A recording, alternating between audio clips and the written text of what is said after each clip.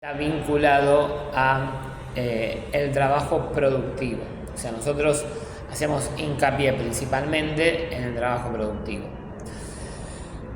O sea, en todo lo que, todas las acciones, todo, digamos, que ya habíamos definido términos, procesos, ¿no? Los procesos son todas las actividades que ejecutamos para que un producto sea manufacturado, o sea, sea elaborado.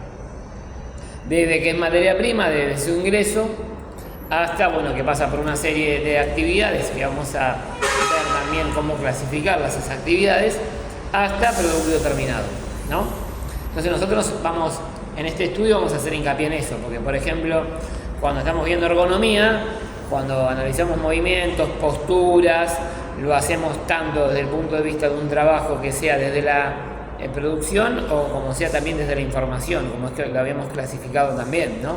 Donde puede ser un trabajo administrativo, puede ser ahí enfrente de una computadora, puede ser ahí que es un trabajo de vigilancia, o sea, puede ser mucho más amplio. Si bien también el concepto es amplio, porque no hacemos referencia solo a un tipo de procesos, más allá de que muchas veces al evaluar ciertos cambios podemos atender que vamos a hacer hincapié quizás en procesos de un determinado tipo, porque son los que también en el paso del tiempo fueron modificando las formas, son los que fueron evolucionando, como por ejemplo decir la industria automotriz. La industria automotriz, y más aún en las últimas décadas, a través de Toyota y otras empresas también, fueron evolucionando en varios de los conceptos que nosotros evaluamos en el trabajo o si tendríamos que analizar las gestiones de producción, ¿no?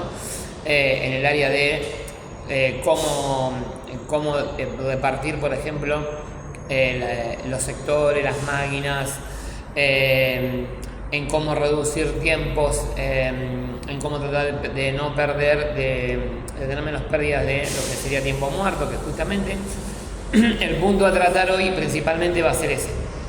En cuanto a la pérdida, y vamos a ver primero por qué.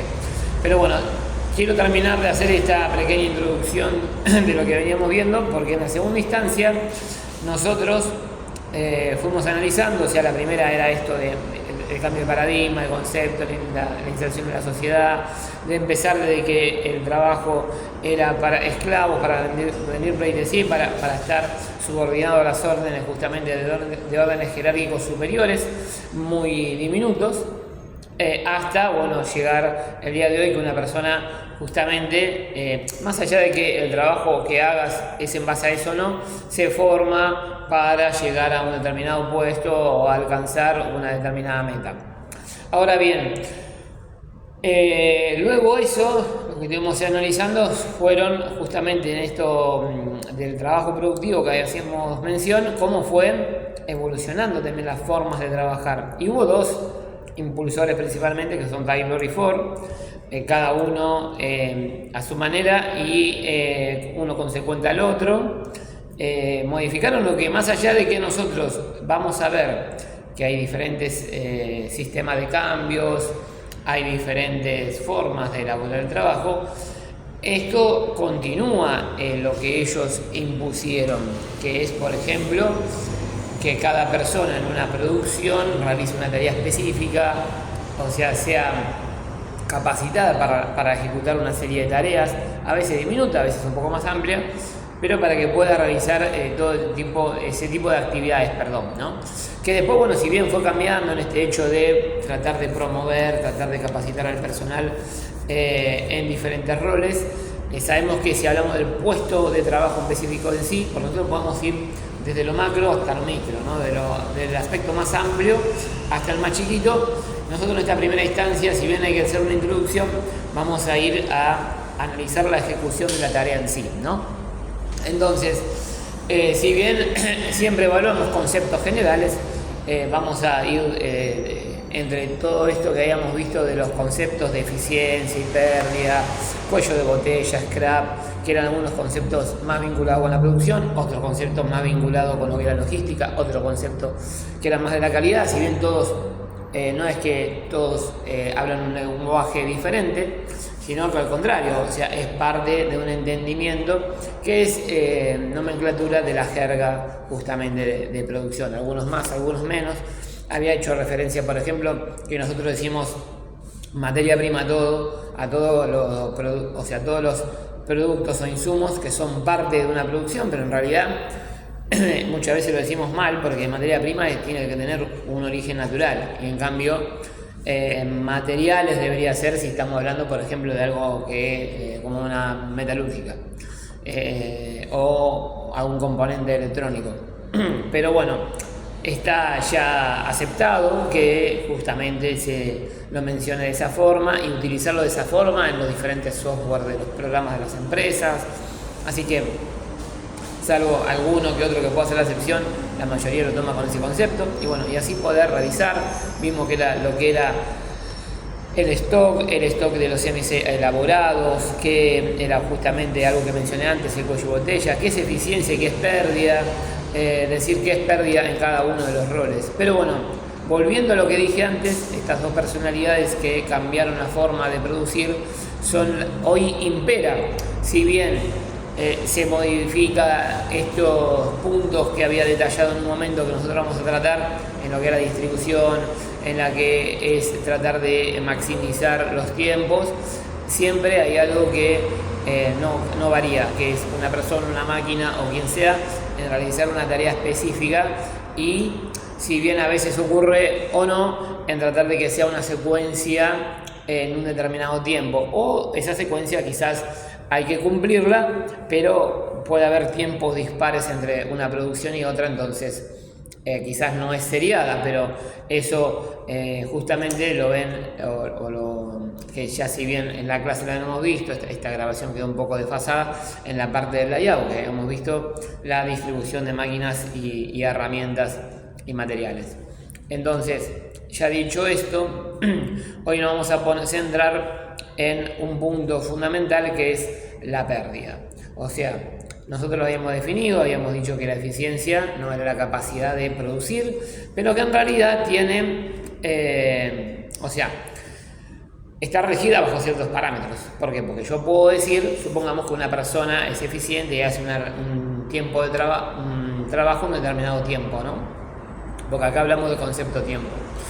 Entonces, a partir del tiempo, que es algo fundamental, porque de ahí la empresa o la organización puede, por ejemplo, planificar la producción semanal, diaria o anual.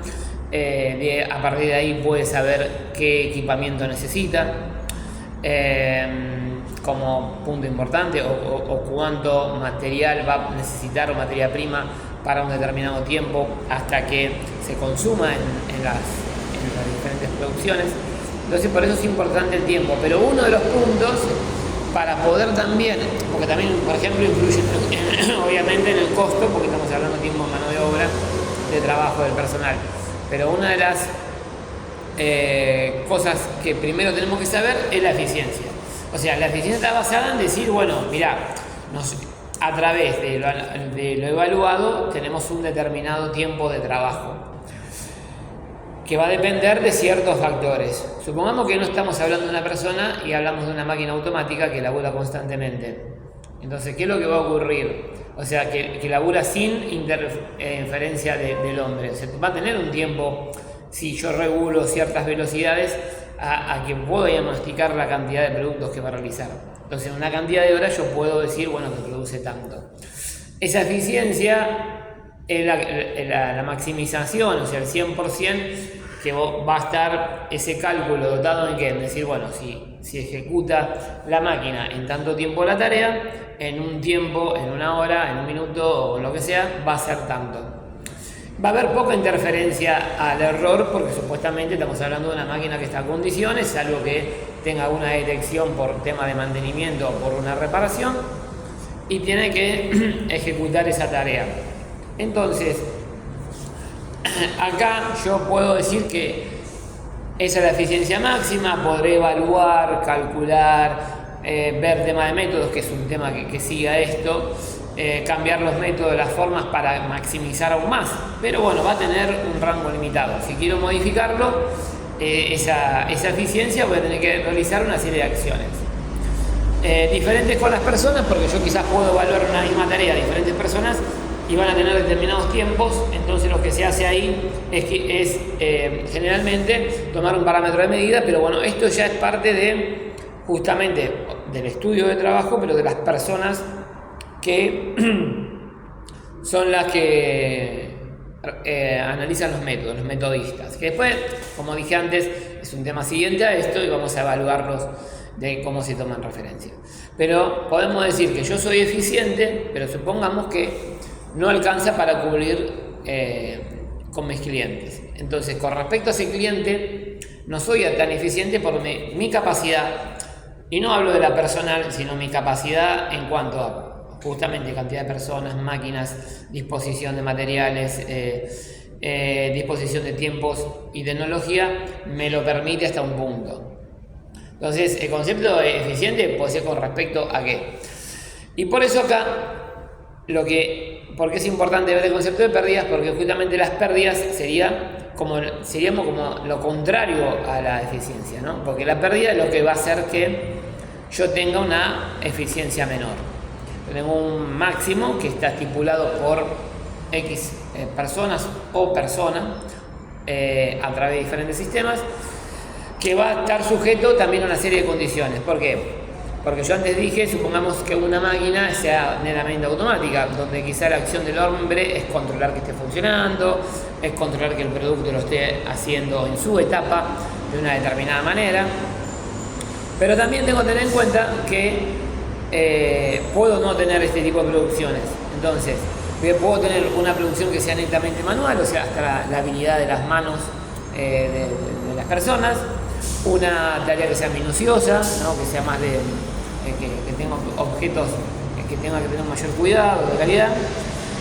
O puedo también tener un proceso, que hay muchos, donde es máquina-hombre, o sea, donde la máquina ejecuta el trabajo, pero necesita de que el hombre abastezca al dispositivo o máquina con material o materia prima, y de ahí quitar el producto terminado.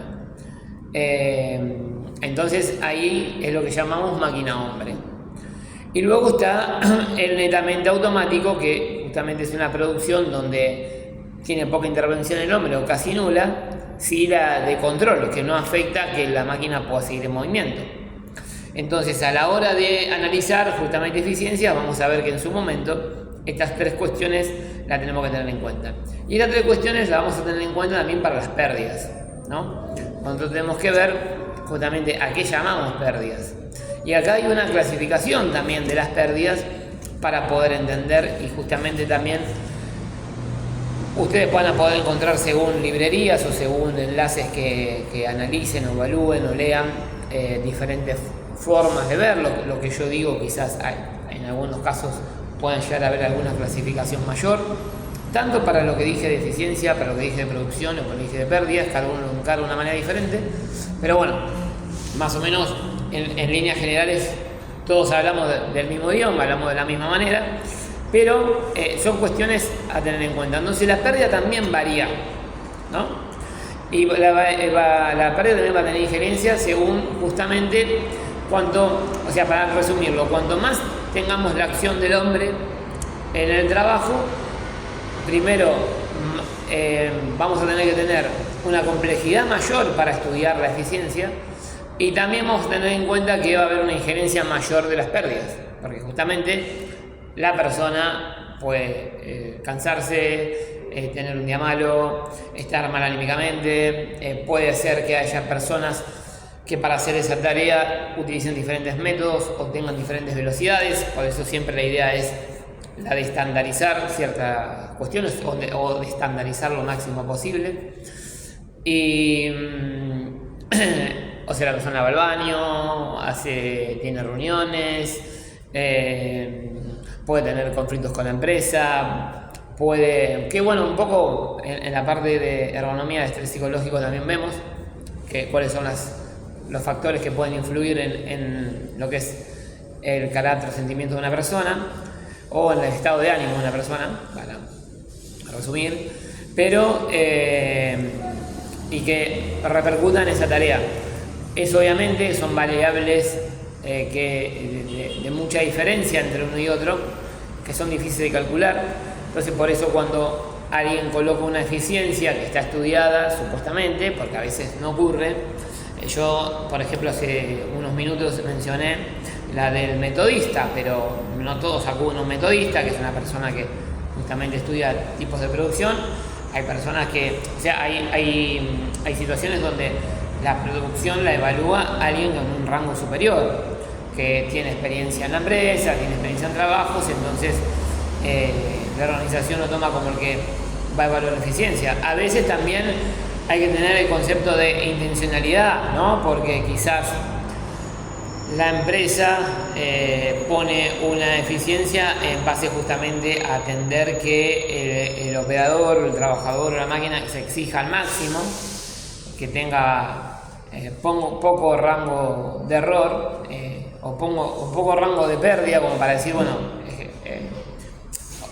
someter no, pero sí quizás a tener una presión para que los operadores, o sea, los trabajadores, estén atrás de esa eficiencia y cumplir la rajatabla sí o sí, porque bueno, hay cuestiones que están el día a día en cuanto a la empresa en poder cumplir esa eficiencia para poder cumplir con el cliente. Entonces quizás la intencionalidad de colocar una eficiencia es justamente presionar para que el trabajador trabaje más rápido.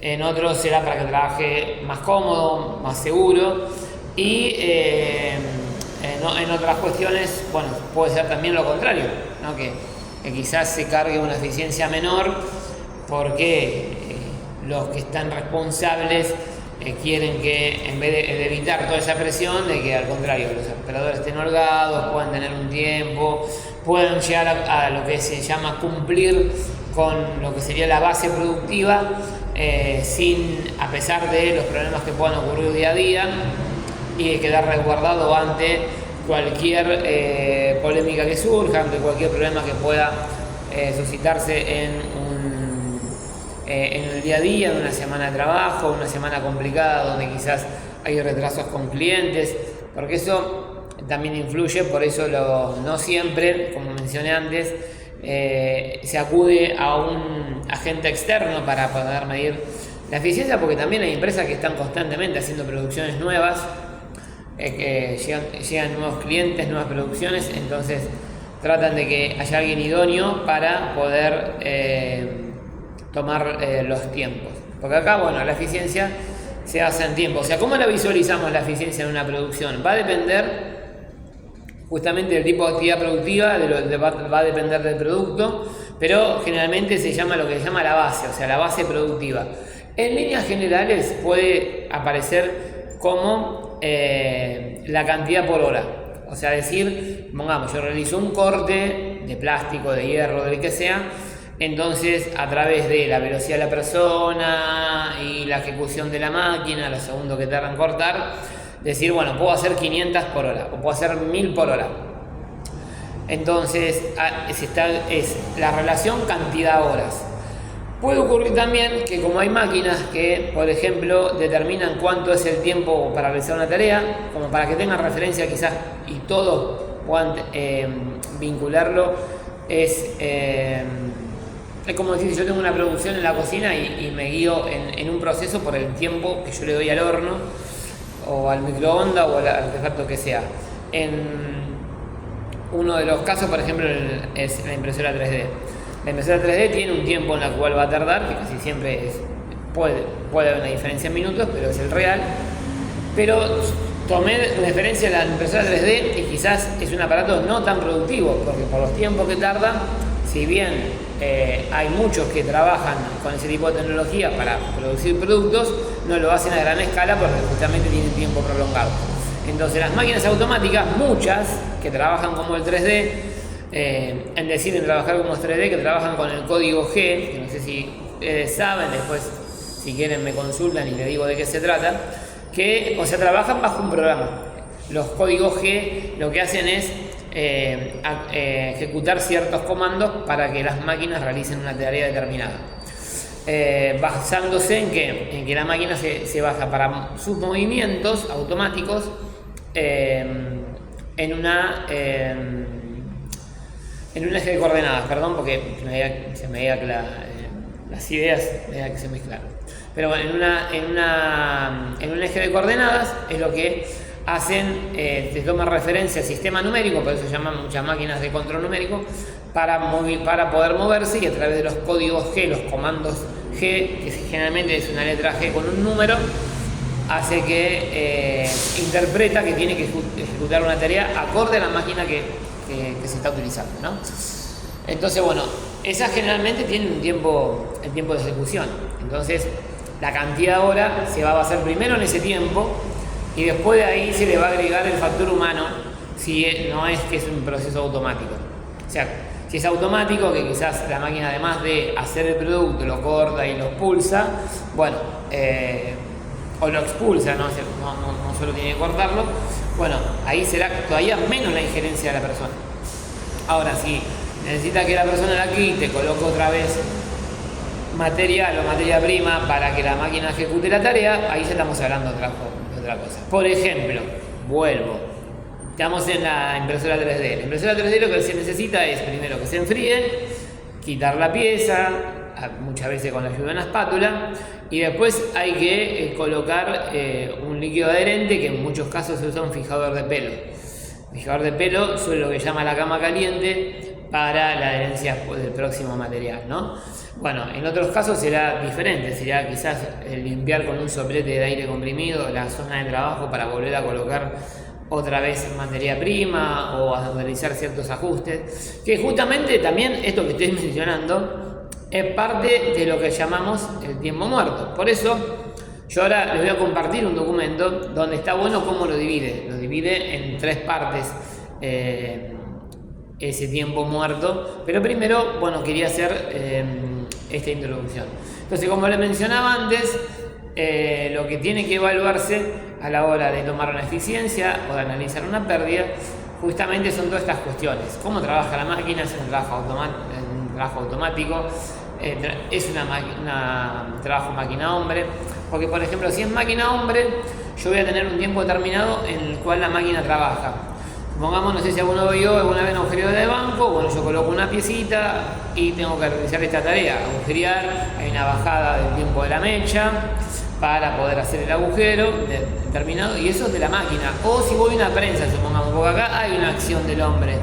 Supongamos una prensa donde yo posiciono el material, piso un pedal o piso un pedal o toco la doble botonera, y la prensa ejecuta la tarea, que puede ser un corte, un estampado, un plegado, lo que sea.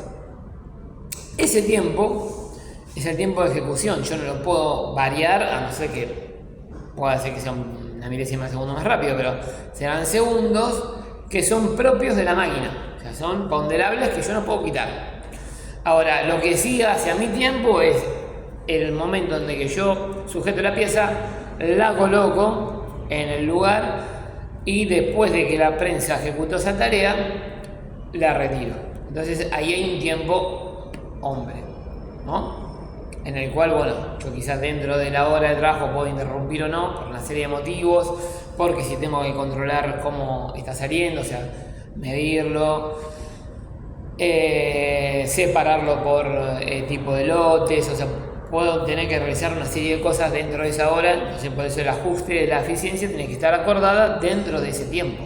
O sea, la eficiencia tiene que decirme, bueno, cantidad de horas, o evaluar minutos o el tiempo que sea para ejecutar una tarea, y evaluarlo en la hora para saber cuánta cantidad, o evaluarlo también en una jornada completa de trabajo para saber cuánto se hace. Todo lo que esté obviamente por debajo, o sea, por debajo, ¿qué quiere decir? Se sabe que es muy complejo que siempre el operador trabaja al 100%. Hay límites admisibles, hay lugares que dice, bueno, no, si trabaja hasta el 90% está bien, o hasta el 85%, otros 80%, otros 75%, depende de la tarea, depende de la complicación que se sepa, donde se disparan diversos alertas, o sea, del por qué, por ejemplo, no se supera ese porcentaje, o por qué bajó de ese porcentaje que mencioné antes. Al 100% sí, muchas veces se puede realizar. Es más, por eso también existen que no lo hacen, o hoy en día lo hacen muy pocas organizaciones, de pagar lo que sería la producción, o sea, de pagar el tiempo productivo. Entonces, o sea,